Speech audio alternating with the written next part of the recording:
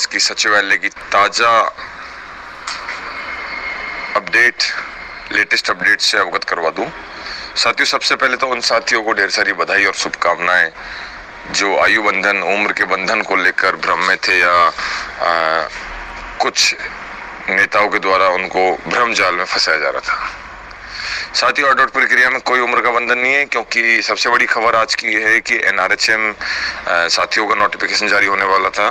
तो उस नोटिफिकेशन को उनके एनआरएचएम साथियों के जो प्रिंसिपल सेक्रेटरी हैं पृथ्वी सिंह जी जारी कर रहे थे। उन्होंने कहा कि नोटिफिकेशन तो मैं निकाल रहा हूँ, लेकिन एक बार थोड़ा सा आयु उम्र का जो बंधन है डॉक्टर में उसको भी अपन देख लेते हैं। वैसे भी एज का बंधन तो वो न्यू फ्रेशर्स के लिए है, कार्यरत के लिए नहीं है। तो उन्होंने थोड़ा डाउट था, तो उन्होंने फाइनेंस के प्रिंसिपल सेक्रेटरी माननीय अखिल अरोड़ा सर से चर्चा करने के लिए कहा और आज उन्होंने चर्चा की। तो वित्त विभाग के प्रिंसिपल सेक्रेटरी माननीय अखिल अरोड़ा सर ने साफ कहा कि कार्यरत पर कोई उम्र आयु सीमा का बंधन नहीं है, चाहे 55 वर्ष का चाहे 58 वर्ष का है। सभी को एडॉप्ट करना है, निकालना किसी को नहीं है। एक बार एडॉप्ट सभी लोग होंगे। तो सबसे पहले तो उन साथियों को ढेर सारी बधाई, शुभकामनाएं जो कार्यरत संविदा पर हैं और 1,10,000 में वो एडॉप्ट होने जा रहे हैं। तो वो साथी उम्र के मामले को लेकर कहीं भी किसी भी तरीके से चिंतित नहीं हो, किसी भी चीज को लेकर वो 100% एडॉप्ट हो रहे हैं। ये आज एनआरएचएम का जो नोटिफिकेशन आ रहा था उसमें पृथ्वी सिंह जी ने स्पष्ट कर लिए चर्चा करके फाइनेंस के principal secretary Akhil Arora sir साहब से। एक तो ये बात है। दूसरी बात, कल जब हम सचिवालय में थे तो आज जो एक सुरेश कुमार वर्मा जी ज्वाइंट सेक्रेटरी साहब का जो लेटर वायरल हुआ है वर्कशॉप का, ये वर्कशॉप चल रही है। बिल्कुल ये जैसे हमारे भी पंचायत सहायक साथियों के लिए भी चल रही है। ये एक सरकार दिशा निर्देश कैसे क्या करना है, ट्रांसफर पॉलिसीज, प्रमोशन की पॉलिसीज, किस जिले में कितने लोगों की कहाँ जरूरत है, उस हिसाब से एक जिले वाइज, क्योंकि हो सकता है कि किसी जिले में बहुत ज़्यादा साथी लगे हुए हैं, उनको दूसरे जिले में मर्ज करना पड़े। क्योंकि जब पंचायत सहायक साथी जब बने थे तो वो तो एक अलग प्रक्रिया से बने थे, और अब एक राज्य कर्मचारी बनने जा रहे हो तो सरकार को जहाँ जरूरत होगी वहाँ वो सरकार लगाएगी, जहाँ जितने स्कूल होंगे वहाँ लगाएगी।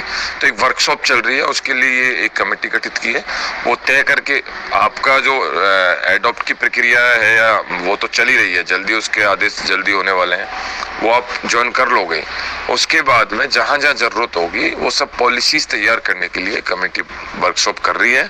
और ये वर्कशॉप सिर्फ इसलिए इस लेटर को देखकर आपको कहीं भी किसी प्रकार से चिंतित नहीं होना चाहिए।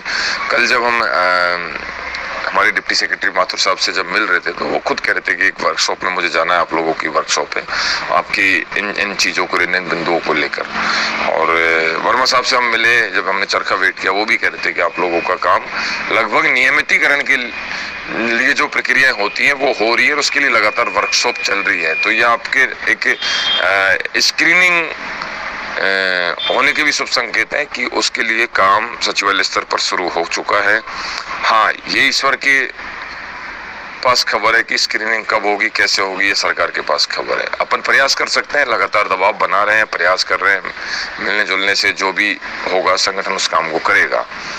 ये है स्थिति। सबसे पहले उन साथियों को ढेर सारी बधाई, शुभकामनाएं जो कुछ नेताओं के द्वारा भ्रम जाल में बने बैठे हैं कि हम क्या पता एडॉप्ट होंगे नहीं होंगे, उनके लिए बधाई। 1-2 दिन में एनआरएचएम का नोटिफिकेशन आ रहा है, उसमें सभी साथी एडॉप्ट हो रहे हैं। और हमारे तो 23,749 जो पंचायत सहायक भाई बहन है वो एडॉप्ट हुए ही हैं, कोई विवाद नहीं हुआ है। तो उम्र का किसी प्रकार का कोई बंधन नहीं रहेगा इसलिए। और ये जो वर्कशॉप का जो लेटर है इसको ज़्यादा इश्यू नहीं बनाना चाहिए। ये सरकार लगातार मीटिंग है, वर्कशॉप ये सब करेगी, क्योंकि जब अच्छा कुछ होने जाता है तो लगातार मीटिंग होती है। ट्रांसफर पॉलिसीज, प्रमोशन की पॉलिसीज, सारी चीज़ें पहले तैयार करनी होती है, क्योंकि जब कोई नया कैडर बनता है तो उसमें बहुत सारी चीज़ों को समायोजित करना होता है।